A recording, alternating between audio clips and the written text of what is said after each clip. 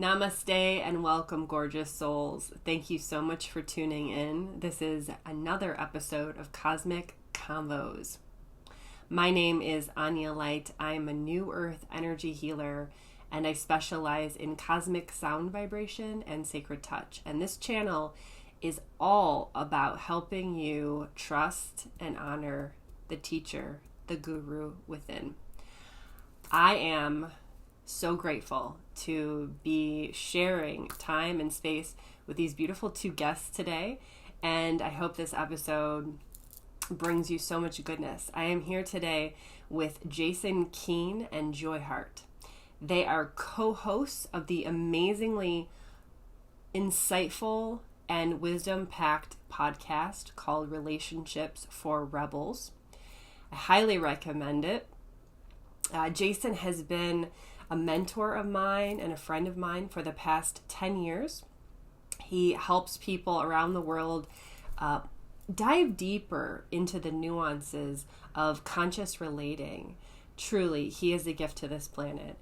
Joyheart is newer to me. I came into her world about a couple months ago when I started absorbing and receiving their new podcast, Relationships for Rebels.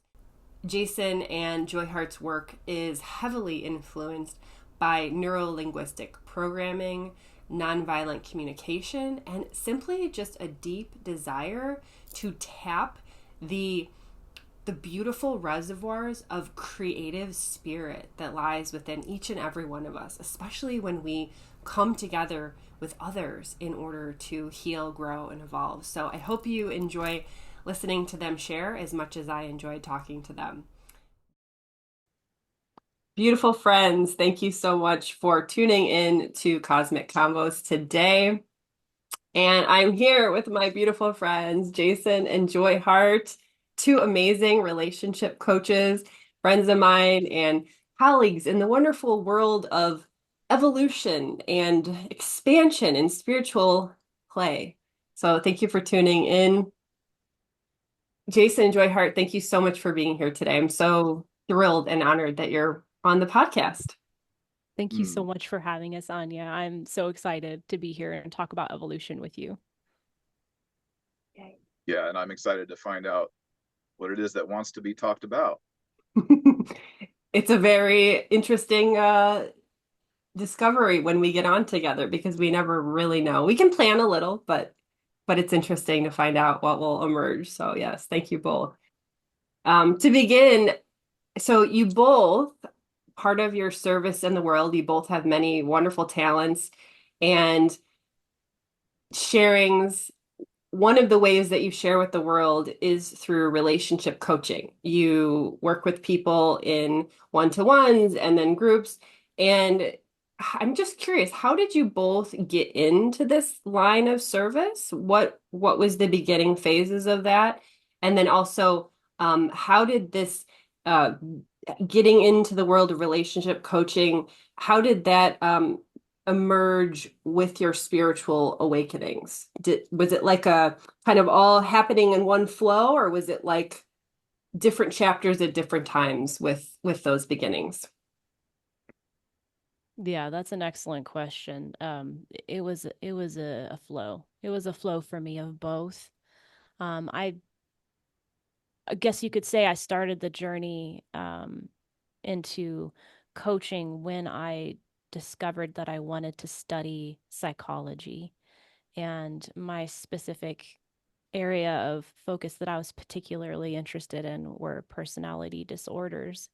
And the theme of integration came up a lot with my study and observation of that realm of psychology, and that bled into giving me invitation to look inward and at my own growth, my own integrative journey.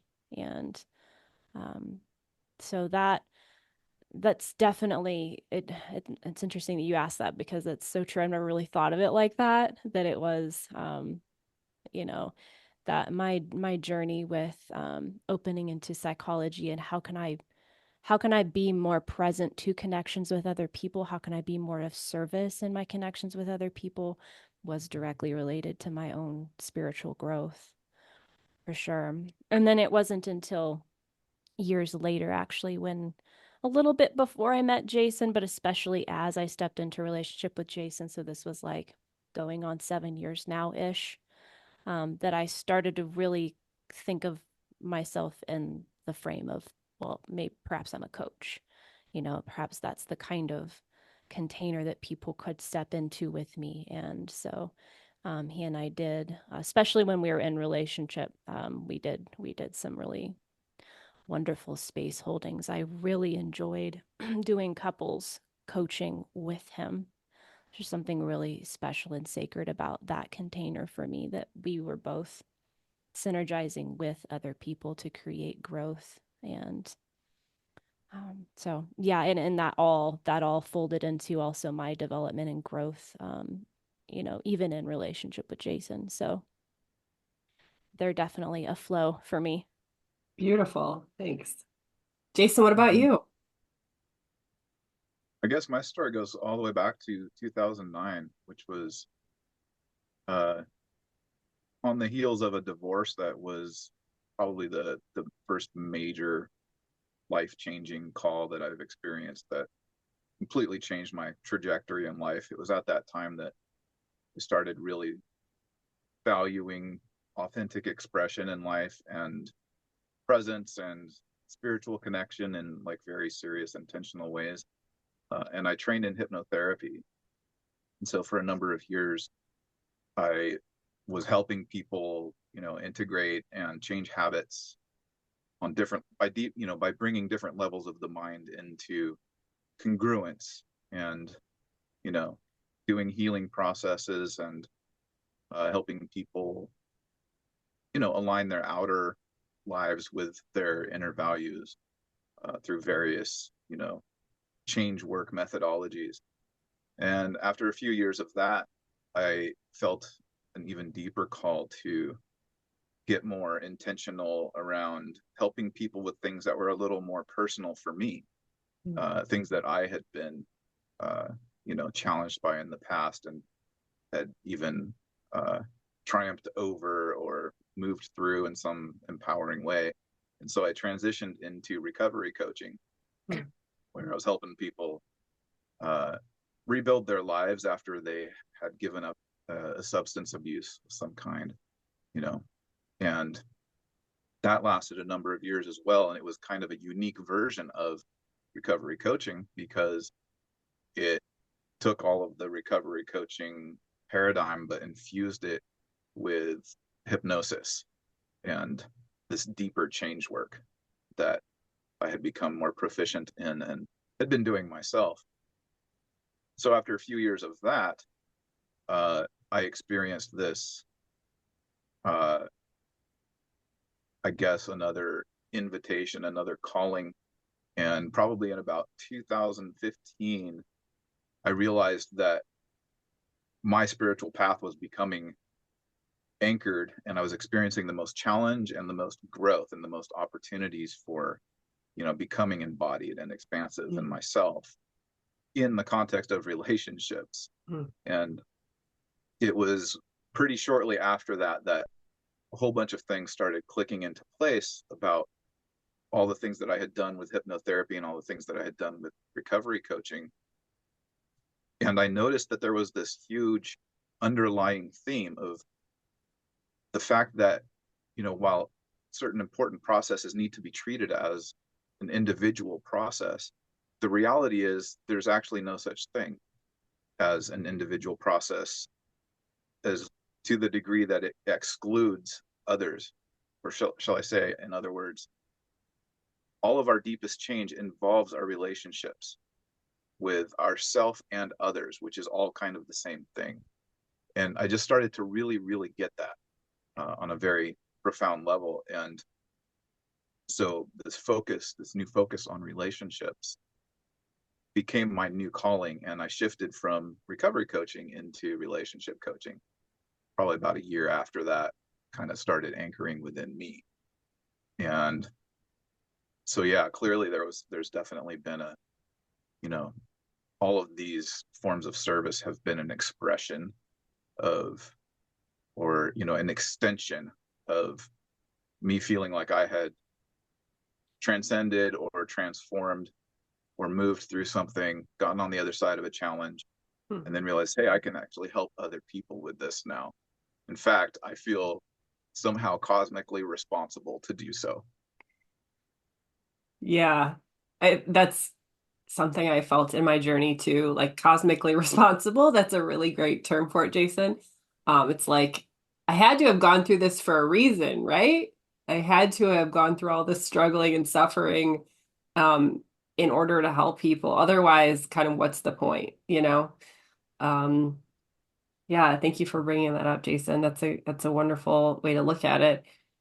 So for both of you in your service work in terms of relationships, I've seen, um, well, I'll talk about our recent exploration together. The three of us a couple weeks ago recorded the podcast, which is now available actually. So I'll leave a link to the new podcast episode from Relationships for Rebels in the description box below, where the three of us dive into talking about the four stages of consciousness in relationship or in relation to relationships, which is such a beautiful dive into the universe and how it works and just many beautiful things. But in that conversation that the three of us had, I started to personally want to go a little bit deeper into more of the mystical side of things and more into um, more of what Joyheart has mentioned as the woo-woo that that we didn't really get too much into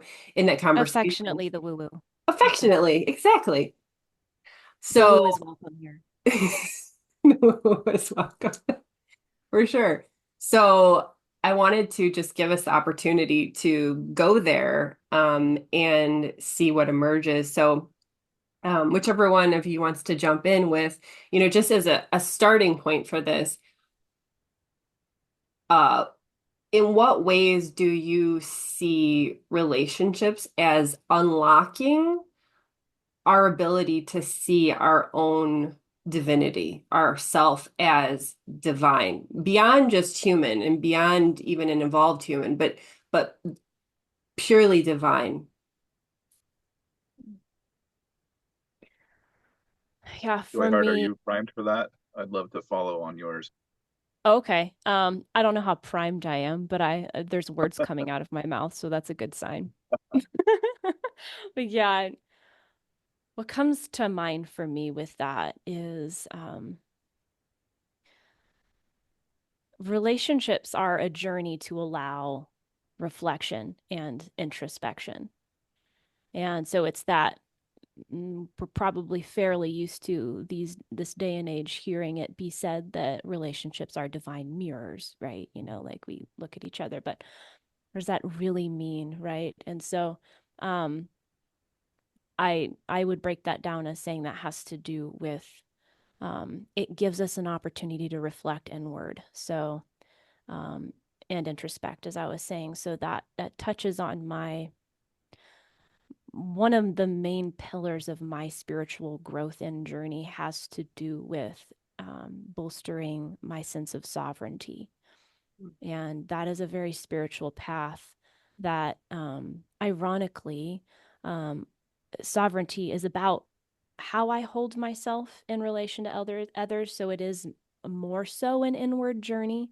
But the irony of that is the more I go into that, the more that I realize yes, while I can self source these things and discover new truths about myself and grow within myself, those points of growth and evolution aren't actually embodied or manifest until they're made real in the interpersonal. So that to me is what it means to me when I hear people say that relationships are a divine mirror. Um, and so there's just this, yeah, it's just this invitation to bolster my own sovereignty and utilize that as a way of expanding and expounding upon my relationships. before Jason jumps in, I wanted to invite you to say maybe a little bit more about the process. Because I love what you said, Joyheart. So like something isn't real until it's manifest in a relationship. Mm, I love that. So it's like something yeah. before the manifestation was a bit fuzzy, or maybe it was simply an intention, or could you say a little bit more about like how you feel that Yeah. process? Yeah. Yeah. So that my thought process or that sort of wording came about at some point and along my journey where I was reflecting on this concept, especially in the world of psychology. Is it possible to actually heal from our trauma or our wounding? Um, and then furthermore, is it possible to do that like for myself as opposed to with other people? And that could get into muddy, debatable territory, but just for the sake of argument, let's say that is possible. It is possible to actually realize the healing because I don't actually believe there's any brokenness in the first place. It's more of a realization of wholeness. So there is let's just assume that there is the possibility of realizing wholeness within oneself just purely by one's own impetus and self direction and self guidance and self healing. Let's just say that's possible. Even if even if that is possible, the result of that healing would not be recognizable or utilizable until we enter into a relationship, until we enter into a dynamic, an interpersonal space. So for me, what I began to realize is as much as my, um, those aspects of me that were, of course, I'm sure laced with some virtues of sovereignty, but also laced with, just not wanting to depend on others for my healing, they started to realize the beauty and the magic of um, that I actually was able to be that what was true within me was able to be mirrored to me through relationships with others, and that dimension of recognition and embodiment never would have happened if it wasn't for that interpersonal element. That's Hopefully that elaborate. Does that answer yeah, your question? that's beautiful. I love that. It I just I always try to feel how things feel in my body as people describe things. And when you were just explaining that, I just felt this like wave of calm come over me. Like, um, it's such a beautiful way of witnessing our evolving through a relationship. Yeah. Thank Mhm. you. Jason, I'd love to hear, what do you got? Yeah, I completely agree with everything she just said. It it puts this image in my mind of this awareness around the fact that a lot of people have engaged spiritual paths and, you know, through various traditions and methodologies and mindsets and everything, and uh, gotten to places through what they've done that were very convincingly evolved or enlightened or realized.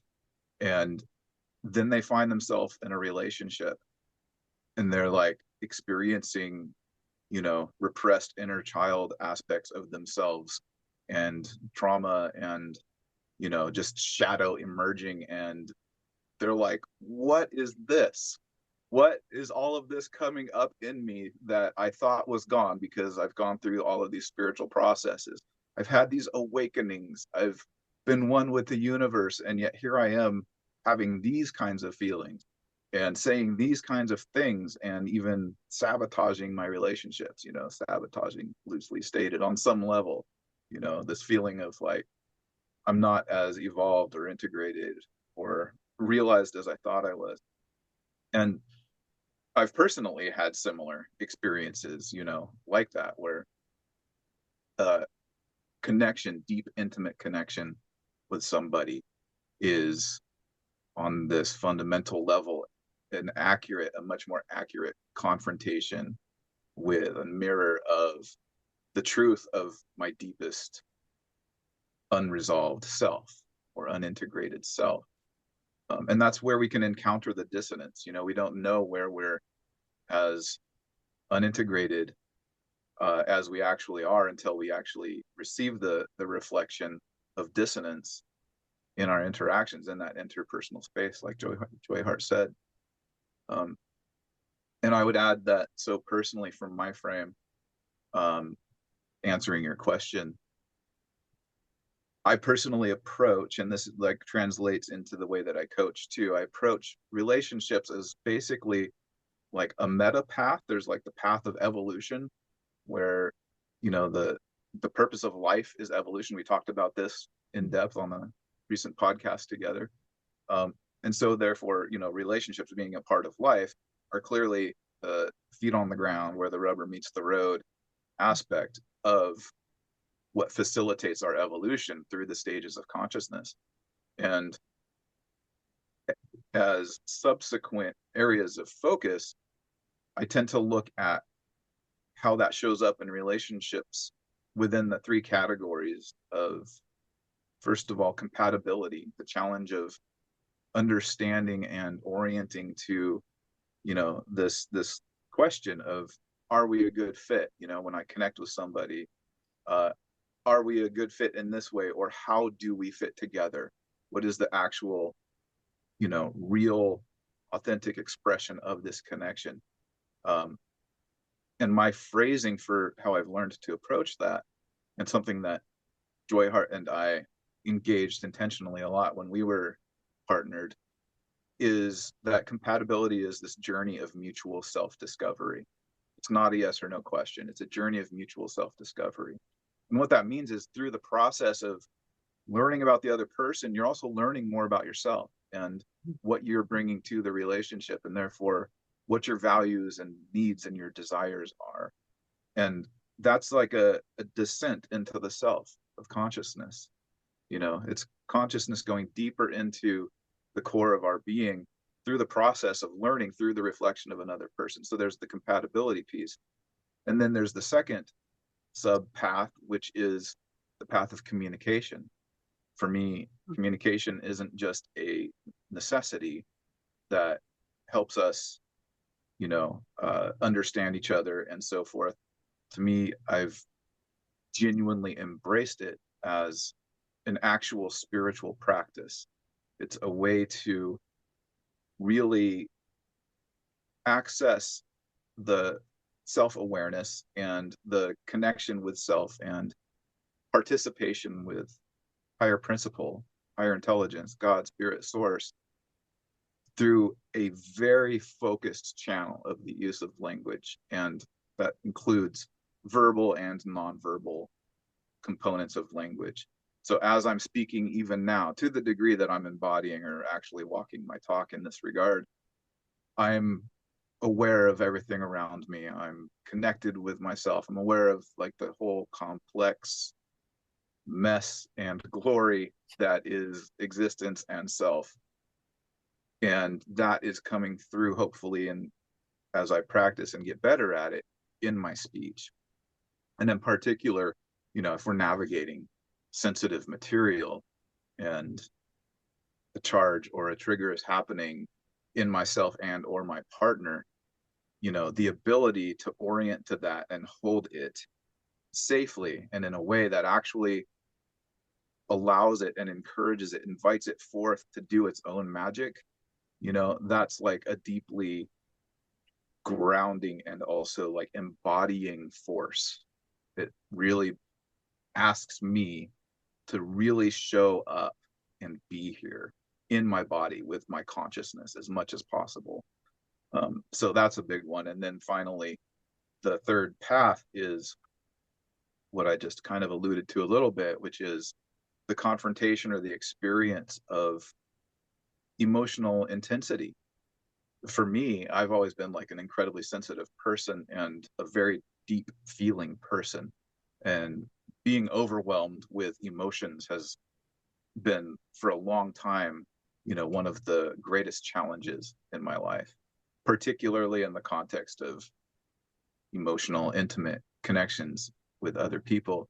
And so as I've like, engaged various practices, like it started out with sweat lodges and, various meditative practices. And now like there's a lot of, trauma informed and scientifically verifiable approaches to, somatic experiencing and trauma healing, and, really actually engaging the healing process of the nervous system by becoming more present and inclusive, or embracing of the, what I would often call like the internal flames of feeling. And so it's this sub path of like really bringing my own consciousness deeper and deeper into the parts of my body and my soul that are asking for it, that are inviting it.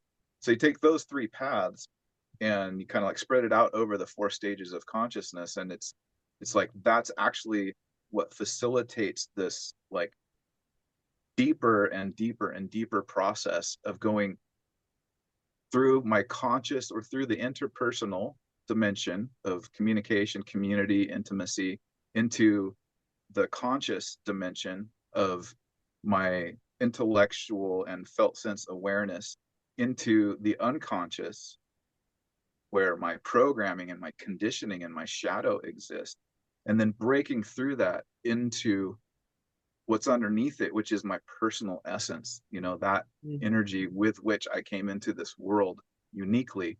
And then even deeper than that is pure essence, or divine light source. Like there's this like really powerful statement that I recognize and embrace, that the more personal we get, eventually the more universal the experience becomes. I have had that same understanding come through and experience that as well. When we're engaged with a lover and we start to feel that they're really seeing all of these parts of us, including the personal essence and then the universal essence, I'd love for you guys to share, and perhaps maybe there's stories to share in your relationship together, because you both used to be partnered for 6 years. And, part of your journey that I've just really had so much respect for is that, you've made the transition from intimate partners living together to co-hosts of a podcast and co-creative friends. And that's just so inspiring to me. So maybe you have stories in your relationship with each other, or maybe stories about other relationships, but I would love to hear about any stories about what it felt like to, and I love the word fire that you used, Jason, maybe how it felt to be in those fires of emotion or sensation or perception when a lover, an intimate lover, is looking at you and seeing these like parts that maybe no one else has ever quite seen in that way. What did that feel like for you? Mm-hmm. Oh man. Yeah. Life affirming. I have probably a fairly brief story that actually was when Jason and I first started living together. And not to get too much into the woods, but we were beginning to experience dynamics with my family that I was used to being alone in.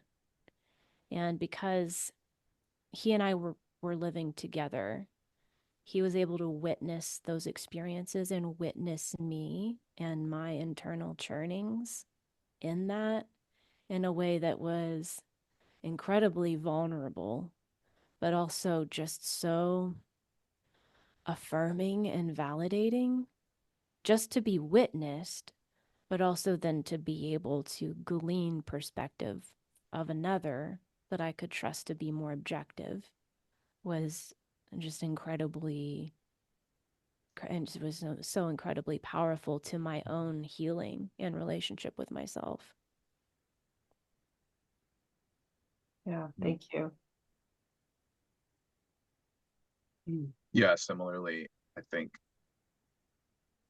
that my experience with Joyheart pretty early on, and as a theme in that relationship, was that I had never, up to that point, before connecting with her, been with a woman who had the capacity within herself to not be uh, overwhelmed by the experience of witnessing me in my own trigger or pain or whatever. And certainly a great deal of that had to do with the fact that I was, for the most part, at least, able to hold it within myself. And it wasn't like I was, uh, I'd made the mistake plenty of times in the past of like, okay, well, you want vulnerability? Like, here's my mess, but not revealing it in a way that was self-responsible. Hmm. And by the time we had become intimate, I had cultivated the ability to be vulnerable without making it about the other person or asking them to hold me in ways that I couldn't already hold myself. And so I was able to do that and experience with her for the first time that, like, it was actually safe to do that. And she didn't freak out or run away or become, repulsed by that, which is, an understandable thing that we can experience sometimes. And, there's a particular male feminine or male female, masculine feminine dynamic that can unfold pretty consistently around that as a theme where, if a man opens up to a woman, like there can be a skew towards that being undesirable to her in some way, like on a visceral level. So having had that experience a number of times in my life, it was incredibly healing to me. That's really touching to hear,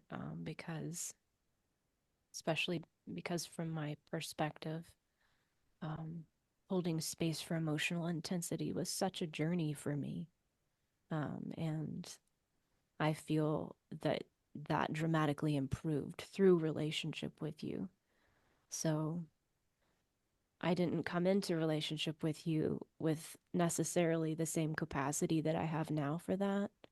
And I just remember it's such an intentional, like, um, conscious effort to stay present because that was such a challenge for me personally. Um, so it's just really beautiful to hear that that was your experience of me and with me, you Mm-hmm. know, especially since that was a struggle that I had. Yeah, yeah. And but that often is how relationships work, in this divine way that our struggles can be complementary and give us an opportunity to grow in two different ways. So Yeah, I'm so glad you guys had that experience of allowing each other to hold each other in that space of unconditional love. Um, Perhaps the term unconditional love could also be synonymous for the fourth stage of relationship, Jason, you talk a lot about in your work, which is ecstatic relationships, which are, we could say, the highest form of relationship. Um, could you guys speak about maybe if you like, keep talking about your own relationship together, past, present, or maybe future hopes? Um, how have you both experienced ecstasy together in that space of unconditional love? How did you taste that ecstasy in divine partnership with each other? I have a thing if unless you'd like to speak first, Jason. It looked like there No, was feel free. words about to come out. I don't want to No, go disrupt ahead. your flow. Okay. Go ahead. And I would say from that perspective of what we're defining as unconditional love. So first of all, I just want to just kind of bring into play here that it is absolutely valid. It's a valid perspective from a certain stage of consciousness to view relationships as conditional. And it is important to understand the aspect of relationships that is conditional, in that like human mundane sense. We have needs, and we're a part of getting needs met with each other in life and in relationship. And that's also valid. But as we, or I should say, and, or I could say, and as we evolve, we start to realize that there are other additional frames that we can hold as well.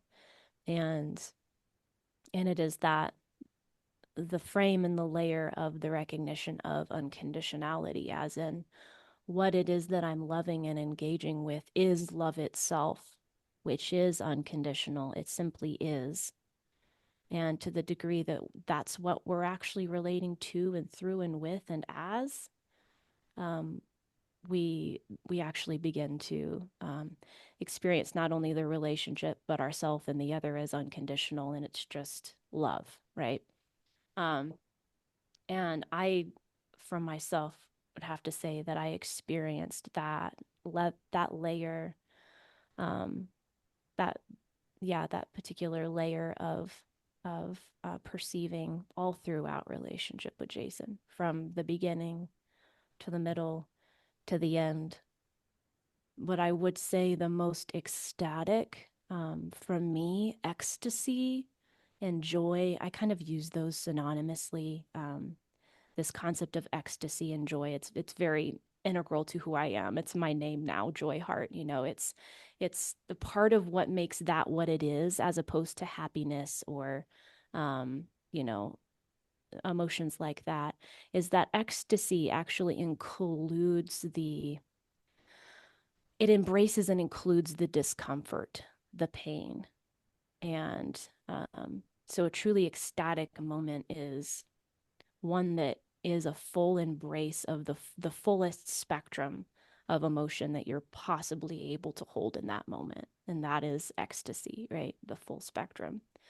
So I would say, on that note, what I experienced as the most ecstatic phase of our relationship was during the uncoupling, because it was wrought with opportunity for a full spectrum of feeling and emotion, and not just emotion, but just psychological churning and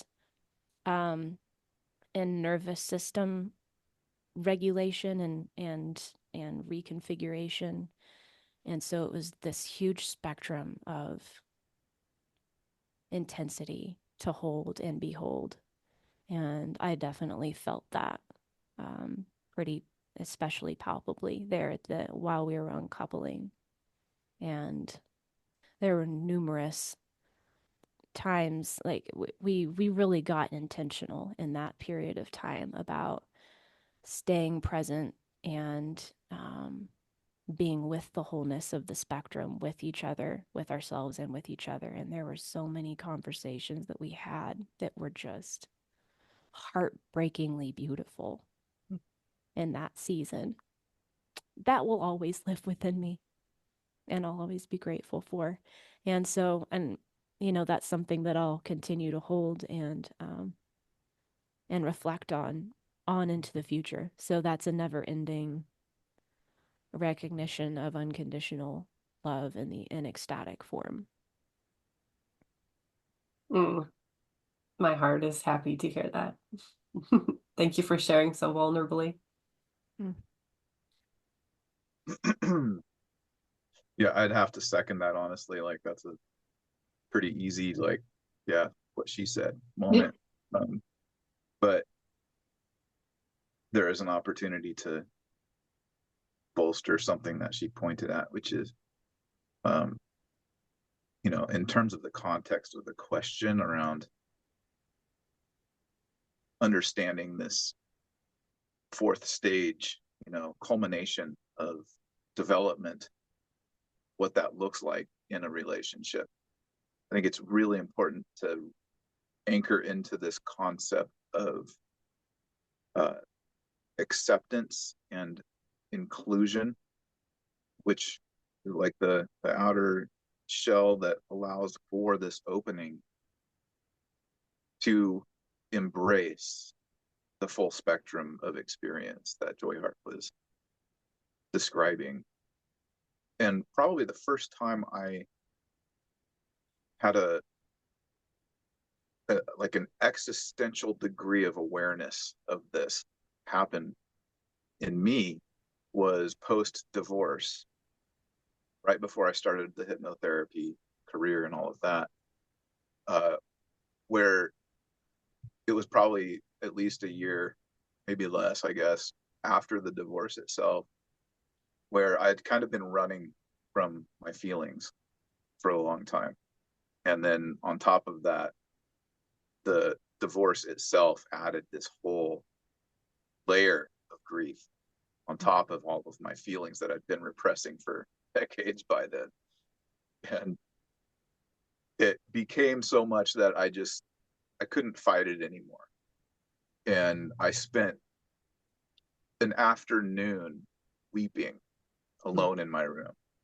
And it was just complete surrender, absolute giving up of all of the sense of control and resistance that I had to the pressure inside of me. And as I allowed that weeping to happen, and it was just wave after wave after wave, and I experienced this descent. It very much felt like I was coming back down to the ground and into myself, into my soul through that process. And at some point, after a lot of it, I started to, like, between the waves of grief, I started to like feel like a wave would come through and I'd just be crying and weeping, just tears down my face, and I'm having all of this imagery, like from past and present and future, going through my head. I'm not even sure where all of this energy is coming from. I would get through a wave, and then this like laughter would come up at the end of it. And it was this joyful reuniting with myself energy, and just knowing and just recognition that all is well and all is one. And it wasn't free, though, of all of the energy in my field and in my awareness of grief simultaneously. And so I had this like ecstatic opening happen, and like because of the depth to which I went into that, it stayed with me. Like I've felt something of that energy posture that I was embodying, inhabiting in that moment ever since. And ever since then, when I think of ecstasy, I think of sheer, utter spiritual opening to the truth in any given moment. And that includes all of the polarity that we're perceiving in any given moment. So in an ecstatic relationship, just as Joyheart described, it's on the surface, it looks normal, It's like before enlightenment, chop wood, carry water. After enlightenment, chop wood, carry water. There's probably less drama, there's less explosiveness, there's less blame, shame, control, there's less triggering and so forth. But it's not the absence of that stuff that really defines it. It's this greater container that has been established within self for each person, and therefore also interpersonally through the third being of the relationship, where it's like this space that we've created is big enough for all of it, whatever it is, whatever it's doing. And it's unconditional in the sense that our willingness and our capacity to remain present to the truth is not dependent on the content in any way, shape, or form. It is inclusive of the content. So that's what makes it unconditional. And I think that's what Joyheart was saying, on at least on some level. Tell me if I'm wrong, but I basically agree. Yeah. Oh yeah, yeah, most definitely. It is that entering into beingness, mindfulness as not just an isolated meditation, but a way of moving through the world and a way of relating to others. And mindfulness being the willingness to sit with and be with without judgment and necessarily an impulse to fix or change. You know, I like that. I like how you worded that, Jason. That's not ecstatic relating is not the absence of discomfort; it's the acceptance of it. Yeah, it's like this allowing of the good, the bad, and the ugly, and allowing it to emerge, even if like there still might be some remnants of like societal conditioning in our head saying like what are you doing? Like, should you be doing that? Or, you know, like, yeah, just allowing everything, even if there might be some remnants of like voices of doubt in your head, it just letting it happen anyway. I mean, Jason, when you were laughing, do you remember were there ever little voices in your head saying like you shouldn't be laughing right now, or like or was it a completely quiet mind that you had in that moment? I can't say I remember it with enough detail to say this with confidence, but what it feels like in retrospect is that the busy mind had completely shut off. Like I had descended from, like beta brainwaves down into like alpha and delta, and was experiencing this flow, like rather than words, language. It was this like flow of like archetypal symbolic images and, flashes of memories and so forth. And by the time I was laughing, it was even beyond that. I don't remember feeling or hearing words or language or anything. It was just space. Yeah, beautiful. Thank you. Mm. And I think to get to that point where we allow ourselves to be in a state like that, it takes a lot of work to get to that point, like a lot of daily practice, different meditation practices, different healing practices. Um, it's not like these things just happen out of the blue. I just want to point out, like, how many hours of healing work, Jason, did you probably do at Joyheart? How much healing work did you do to get to the point where you could just let yourself be seen and held by Jason? It's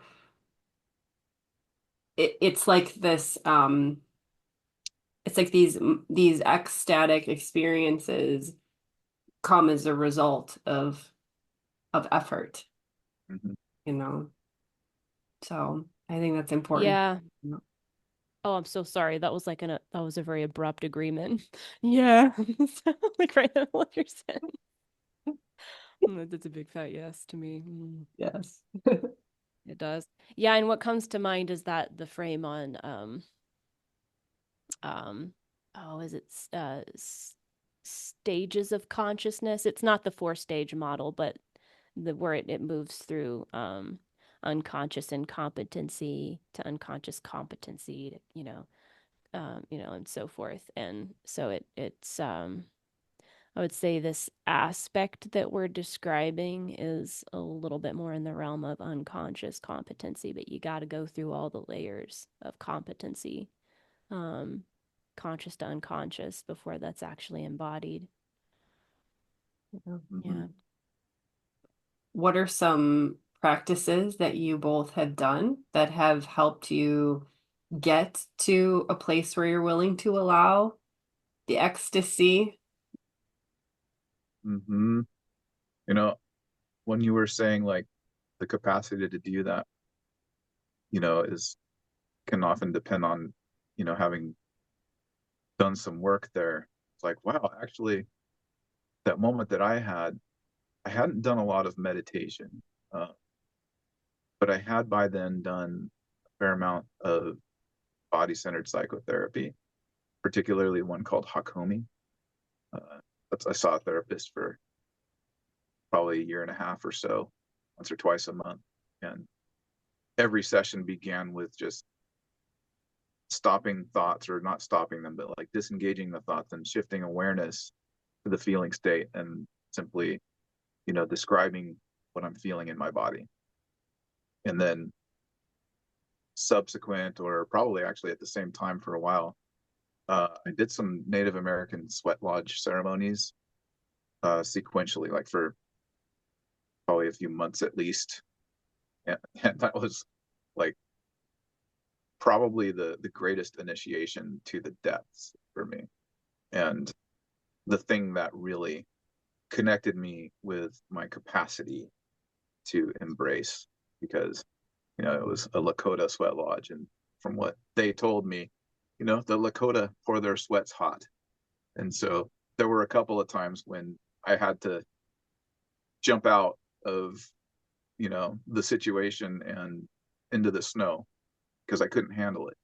But that experience reinforced this rewiring of my response to intense experience, to intense feeling, whether it's physical or emotional or both at the same time. And I just developed this ability to stay present instead of jumping out.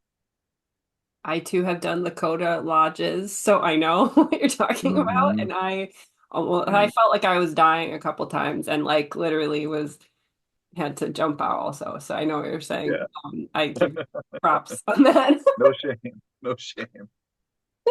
Yeah. What about you, Joyheart? What practices have been the most helpful for you? Yeah. So, um, the use of psychedelics can be kind of a training wheels during the process of opening to expand and allowing that ego dissolution, kind of experience, which can be really helpful along these lines. It's definitely not necessary, but it's one way. And similarly, breath work for me has been really powerful, um, because that it just does a particularly special thing to it's similar um, to maybe a sweat lodge. It just reworks my relationship with my nervous system, and that's been really powerful for me. And also, probably the things that have been the most powerful are more like mental exercises, like um, allowing myself to get curious about anything I'm experiencing as uncomfortable. Just reminding myself that I can do that, I can be curious. And the more I've done that and breathed into the discomfort with an intention, to be curious, um, that's helped me towards the what is more like now something that I experience as just not being, I'm not afraid of pain. And when I'm not afraid of pain, it means I can be truly open to what is. So there's like an evolution that can happen there, but with that sort of line of inquiry or mental exercise.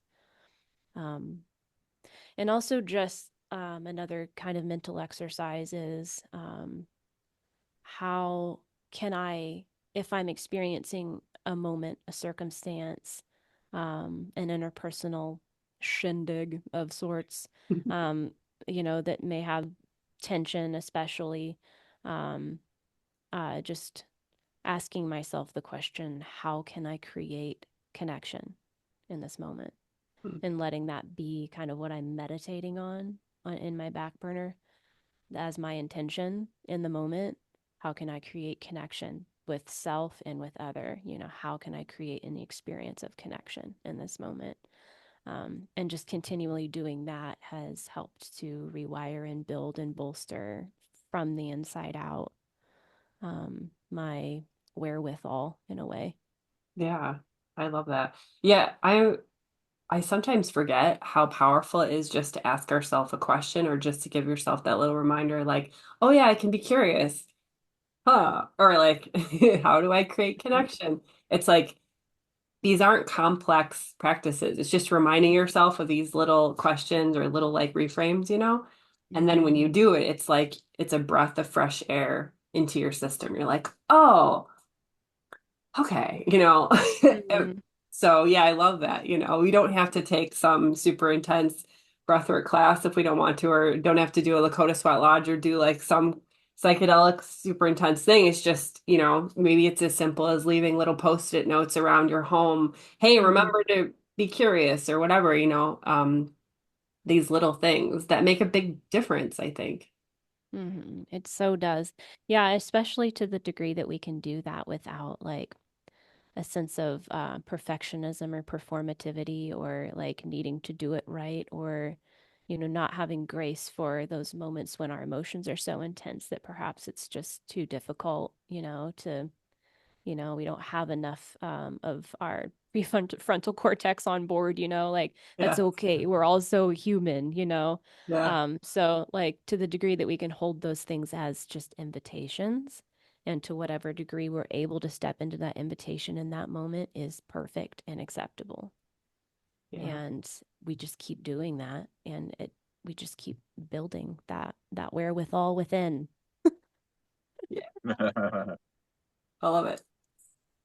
One of the things that I challenge myself with a lot is when I go out into public spaces like grocery stores or banks or any kind of store or park or anywhere outside of my home, I have like this running activity that I do in my brain, which is I always keep reminding myself that that person is God and that person is God. And oh, yeah, that person is God. And it's just a way for me to constantly do my best to stay in that ecstatic state of wonder and present moment beingness. Um, Especially if like it's people that maybe could trick my ego into thinking they're not God, like someone for whatever reason has their music up too loud in their car and it's bothering me. Like, oh yeah, they're God. Oh yeah, Um, that's something that I do to remind myself of the divinity everywhere around me. I'm curious if you guys have any strategies or like practices that you do on the regular with just people you meet on the street, like, or just, in your different communities. Mhm. Yeah, what is this person showing me about myself is a powerful one that I use. What am I learning about myself through observing this person? That's especially for those moments where it'd be easy for me to get caught into a judgment or make wrong of another. Like there's something about somebody else that I don't like or that I'm just not vibing with or resonating with. Um, that's where I would tend to ask myself, what are they showing me about myself? I love that. For me, it's something that I don't do as often as I used to. There were some stretches of time where I was more busy in my intentionality and in my seeking of feeling unity more in my moment to moment experience. And yeah, I pretty much did what you described, Anya. I did a lot of that, you know, kind of yeah, self inquiry and just intentionally practicing returning my awareness to what I understand or understood intellectually, at least, like just kind of reminding myself with some questions like, yeah, how is God expressing in this moment? How is God expressing as this person? How is God expressing as that car? Um, but I think one of the practices that really anchored it for me was something that I got a lot of in a spiritual community for a while, where we used to do a lot of eye gazing when we would meet up. And it was a consistent thing that we did, uh, really as a practice of exactly this, recognizing self and other as one in divinity. And because of the repetition of that, it became something that I started intuitively practicing in the wild, so to speak. If I'm out and about, if there's eye contact, I'm turning toward it instead of away from it, which is totally contrary to my conditioning and my personality up to that point. I've always been like, whoa, eye contact is just really intense and uncomfortable for me unless I really, really, really know somebody, and even then kind of edgy. So it was, yeah, really long term, like just constant intention to return to the practice of allowing eye contact to happen and relaxing into it. And the eye gazing practice, anyone who's ever done it, you've probably had the experience of like the thoughts drifting away, and it just becomes your consciousness and their consciousness in that moment. And so like that response kind of became anchored over time. And so for the most part, if I'm out and about, unless I'm like really chewing on something mentally, if I make eye contact with somebody, I have that like softening in my field happen, and I just drop in and become receptive and curious and kind of oriented to or around the shared consciousness in that moment. Yeah. And I'm imagining that the people that you encounter are healed also by that experience. Maybe it might make them feel uncomfortable, but it, regardless, like it maybe opens up something inside of them so that they feel a little bit less scared of the world or a little bit more comfortable inside of their own skin. Perhaps, yeah. I'm also aware of, the sexual reality that we live in too. And, you know, uh, I've noticed nervousness in response to that at times as well. But that might actually be their invitation, you know, like, well, he seemed kind of friendly. Maybe he wasn't, actually like scoping me out or something. Yeah. All right. So I'm noticing that we're going to start winding down our conversation. So we'll round it out with a question, one final question to each of you. So a lot of my close friends and loved ones right now are having some major relationship struggles, big time, very serious struggles. And um, what would you say to anyone out there listening who is like on the verge of just calling it quits and being like, this is too hard, but they're just kind of holding on by a thread, just I guess hoping or praying that something might shift because people want to stay together. I mean, we all want love. We all want, you know, we want to continue being in love. So, if possible. So what advice would each of you give to people that are really struggling and that know, like maybe logically know, because they know me, so they probably have heard me say things like, oh, relationships are, the gateway to God. Relationships are the divine doorway. Um, what would you say to them to help them like mm, tune in to that reality and maybe even save their relationship, or maybe not. Maybe their journey is to go on a conscious uncoupling journey, and that's blessed too. But what would you say to people in that situation right now? Um, when we're in a particularly intense turning point in life or in relationship, there's a lot of intensity that can roll around in there. And so it can be really helpful to remind ourselves that it's okay to make decisions for the short term. We don't have to make decisions for the long term. We can address and approach each moment for exactly what it is, each conversation for exactly what it is. We don't have to necessarily start to future trip. That's not necessarily what is responsible. I think some people can think, well, maybe I should be responsible and think about like what this relationship is doing in the long run, right? But sometimes the responsible thing to do with ourselves and with another is to give ourselves permission to suspend that aspect of our capacity, of like we don't have to think about it as a long-term situation. We can think about these moment to moment. And that's something that really helps me.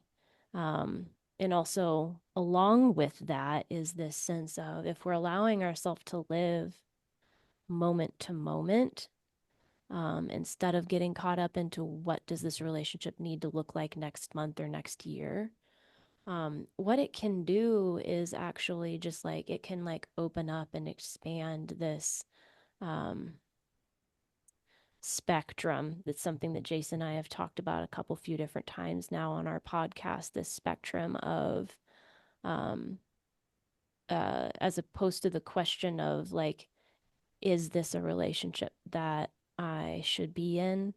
We could start to see in what way do I want to be in this relationship in this moment? Instead of seeing it as a yes or a no, it's a curiosity about what is actually happening and what the connection is actually doing.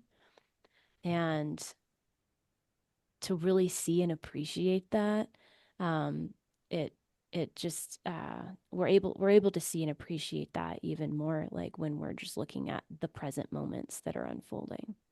So that would be my advice for anyone who is in like a relationally upsetting, churning, pivotal place, because those are inevitable. Take it one moment at a time and look for the areas that do connect, that do feel good to connect, and lead with that. And then allow the chips to fall where they may. Oh, I love that so much. That just takes all the pressure off of it.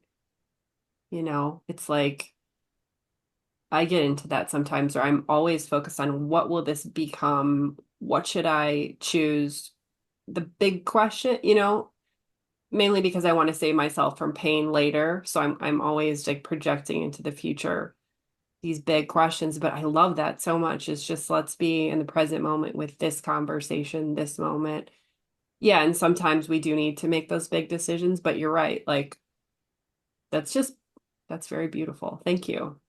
Yeah, it's kind of I think the litmus test for me is if I am feeling a lot of emotional intensity and and so therefore there's an aspect of me you could say that I'm afraid to be present because it's really emotionally tense in this present moment. It's a lot easier for us to dissociate into future. Mm. And so if I'm feeling that kind of intensity, I know, hey, this is probably not the time for me to be thinking about the future. Right. But if I'm more relaxed in my being and I'm feeling, actually comfortable being present to, the spectrum, right, in that ecstasy, comfortable being present to the spectrum, then perhaps at that point it can be constructive to think about future, or it let your scope of the present moment expand a little bit into what we might experience as the future, right? But it's just kind of that's the litmus test. Are you actually like feeling such emotional intensity that it's hard for you to be present? That's probably the time to do it. It's probably the time to get present. Totally. Thank you for that. Yeah, I'll just share one more piece on that, and then I'd love to hear what Jason has to say. Um, it makes me think about when, and this harkens back to the conversation that we had on your podcast, episode 6. You guys should all check it out. That when I was sharing about trying to make this big decision about whether I wanted to be a mother or not, and the real like one of the big moments where the universe kind of gave me that answer to that question was actually in a very mundane moment when I was doing hatha yoga practice. I was, in tree pose or something. My body was relaxed. My mind was quiet. There was not a lot of emotional intensity going on. And then the universe like gave me this download. And I felt like I could trust it because I was so chill in that moment. It wasn't like it was mixed in with any of these big emotional upheaval things. So yeah, I think that's just such I just want to echo that I feel like I really resonate with what you're sharing. that I've experienced that. So thank you. Okay, Jason, I'd love to hear what you think. Yeah, I have a few things in response to that. And since it connects with what you guys are talking about a little more, I'll begin with this bit of wisdom that I received from somebody else early on my path, when I started, really doing my own work and learning how to help other people. I started getting into, alchemical. This was an extension of alchemical hypnotherapy, doing inner parts work and things like that. And um, I got so interested in understanding the human experience through the lens of multiplicity, the different parts of ourselves, like whether archetypes or family systems or whatever. And I traced it back and got into like the pioneers. There's, the pioneers of parts work were, at least some of the earliest were Hal and Sidra Stone, pair of psychotherapists. I think they might have been psychologists, I'm not sure, who did what they called at the time voice dialogue.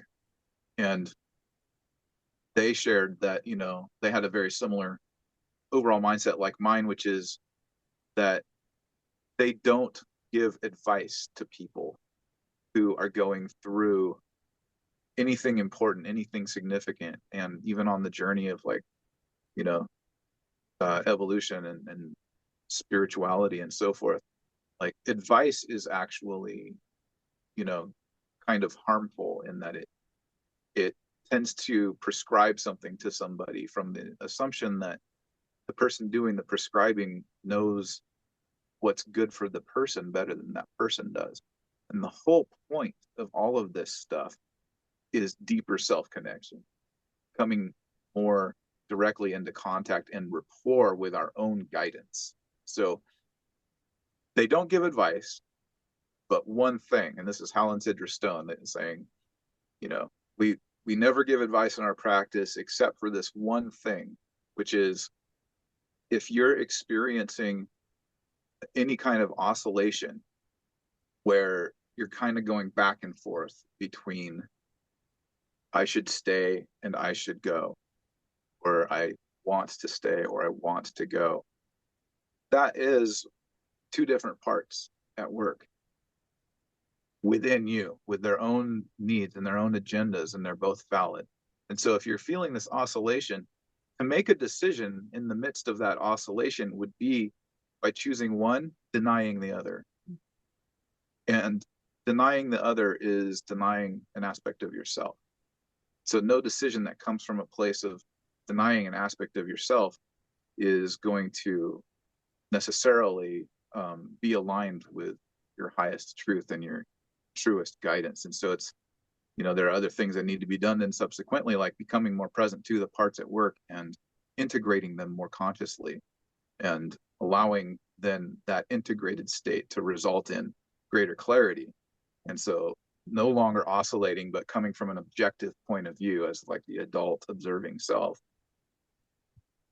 recognizing the landscape, making a better, more aligned choice based on all of the values and the needs and the desires at work within yourself and with your partner. So that's a big frame right there to approach with. And another one, I'll stick to two for now. Comes from Derek Hart, who's on Facebook. If you don't follow Derek Hart, you should. He's a wizard when it comes to like in stage or, late in the relationship, like when you've been like, I mean, certainly it applies to a lot of early stuff too, but he specializes in people who are really struggling in their relationships and marriages, especially. They're kind of at their end of their ropes. They've repeated the same cycles over and over again. They're just kind of like at a loss and they don't know what to do. Like he helps people save like a lot of marriages, actually, Derek Hart. But he has a frame for like kind of what it boils down to, this like, if there's any question at all of whether to remain committed and present to a relationship, an important piece of recognition lies in the realm of self-love and how we're being loved. And often the case is that we're experiencing that there's conflict, there's tension, and there's dissonance, and there's this question because we're not experiencing love the way that we need or want to.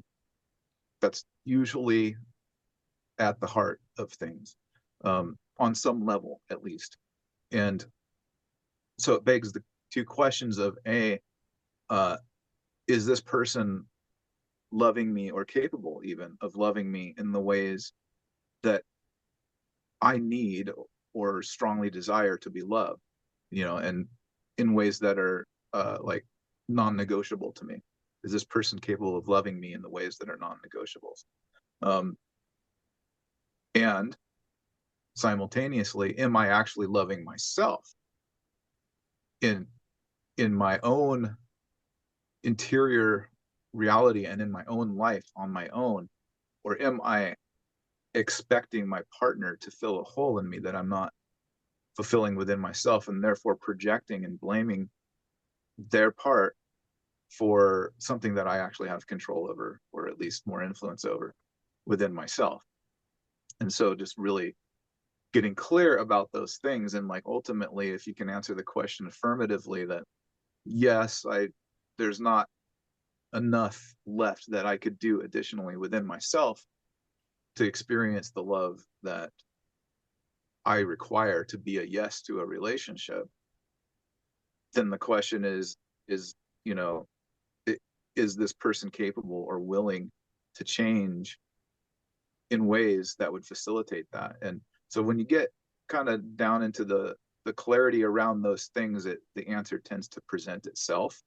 And it's often that results in the final like act of self-love, which is to remove oneself from the situation or to stay, depending.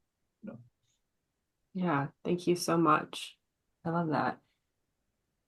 Oh, relationships take so much inner clarity Mm-hmm. and reflection and willingness to look deep inside of ourselves in ways that are not always comfortable. Um, so yeah, thank you, Jason. That's great. So if people want to connect with you guys, what would be some ways that people could find you? Yeah, well, we're both accessible through relationshipsforrebels.com and also on Facebook. So if you're connected with Anya, we're both friends with Anya on Facebook. Joyheart, do you have any additional access points? Yeah, I'm Joyheart on Facebook as well. For anyone who might want to look me up there and send me a DM. I'm pretty accessible there. If that doesn't work for you, you can send me an email at Hannah Joyheart, HANNAH, Joyheart, JOYHEART @gmail.com. Is another way you can contact me as well. Do you each still do one-on-ones? Like can people do one-on-ones with you over like Zoom or anything like that? Or That's something I'm open to on a case-by-case basis. okay. It's not something that at this moment I'm actively pursuing, like marketing myself as, but I'm very receptive and open to that.